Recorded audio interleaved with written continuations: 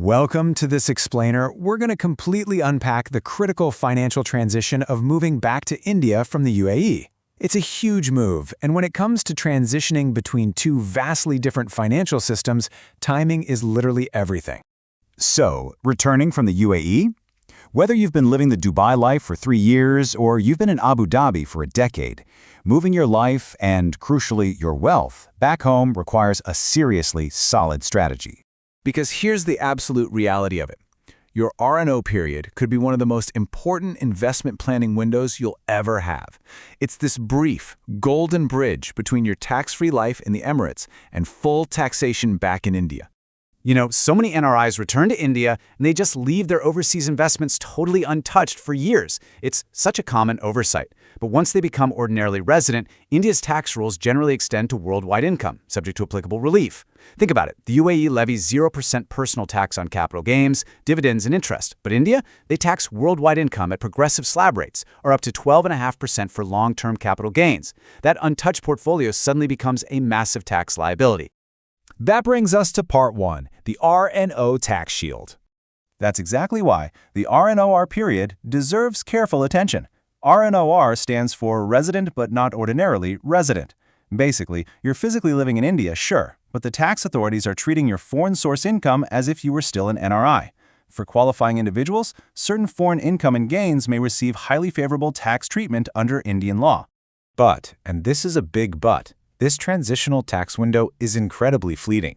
You only get 1 to 3 financial years with this status before your classification permanently changes. The exact countdown really just depends on how long you lived abroad and your physical day count in India over the preceding 7 years. Now, combined with the UAE's personal tax regime, this can create an amazing opportunity to review your overseas portfolio before your tax position changes. Just look at this breakdown. During your RNOR years, capital gains on global stocks, tax-free. Foreign bank interest and dividends, tax-free. Overseas rental income and foreign salary, also entirely tax-free India. It's wild. But hold on, here is the absolute crucial rule. To utilize these exemptions, your foreign income must hit your foreign bank account first. If you wire, say, rental income from a Dubai property directly into your Indian account, bam, it's considered received in India and becomes instantly taxable. You literally destroy the exemption right there. All right, let's move on to part 2, resetting your cost basis. So how do we actually use the shield? You might be wondering why you should sell your stocks now if you don't need the cash. Well, if you're sitting on a highly appreciated portfolio of US or global equities, just leaving them alone means all that accumulated profit will eventually be taxed by India once you become a full resident. So here's a brilliant way to build your defense. Step 1, you sell those unappreciated foreign stocks totally tax-free during your RNOR window.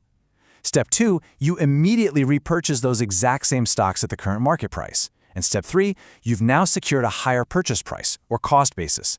By artificially raising your base price before India's global tax net catches you, any future Indian taxes will only apply to new growth, not years and years of historical gains. And this is why the UAE to India route is just perfect for this. It brilliantly illustrates sovereign tax asymmetry, because the UAE levies 0% capital gains tax on personal investments, and India, during your RNR phase, levies 0% tax on foreign capital gains. The result? You've legally secured a 100% tax-free portfolio reset. It is a true double non-taxation event. Let's get into the logistics in part 3, managing offshore bank accounts. To pull off that portfolio reset smoothly, banking logistics are absolutely everything. Keeping your foreign bank account is often the most important step to preserve your RNOR tax exemptions on foreign income. Please, never rush to close your offshore accounts. Routing funds through them is exactly what legally triggers that RNOR tax shield we just talked about. Now for a quick compliance checklist. Under FEMA, the Foreign Exchange Management Act, it is perfectly legal under Section 6.4 to keep your foreign accounts open. However, the exact moment you relocate to India to settle, you become a resident under FEMA. You absolutely must inform your bank and convert your existing NRE and NRO accounts to standard resident accounts. Also, a pro tip here, consider opening a resident foreign currency or RFC account. It lets you hold your earnings in dollars or dirhams so you avoid the headache and cost of repeated FX conversions. Moving to part 4, preparing for ROR status. Because eventually, the clock is going to run out on your RNOR window. Whether it's 1 or 3, that transitional shield drops and you transition to ROR, or Resident and Ordinarily Resident. Once you're in ROR, India's taxation net expands dramatically to encompass everything you earn globally, regardless of where it is earned or received. And with ROR status comes a massive shift in compliance, specifically the Schedule FA mandate. As an ROR, you must disclose every single foreign asset. We're talking mandatory, line-by-line reporting of every offshore account, global stock, and foreign property in your tax return. Even a totally dormant Dubai bank account with a zero balance has to be in there. Failure to comply? That triggers severe penalties under the Black Money Act. It's really not something to mess around with. Listen, because these rules are so incredibly complex, taking a one-size-fits-all approach is super dangerous. The right strategy entirely depends on your specific assets, your exact residency status, and where the gains arise. Handling a Dubai real estate portfolio is going to look completely different than managing a U.S. brokerage account. Which leads us to the golden rule of cross-border transitions. Before selling or deciding not to sell, understand the tax consequences in both countries.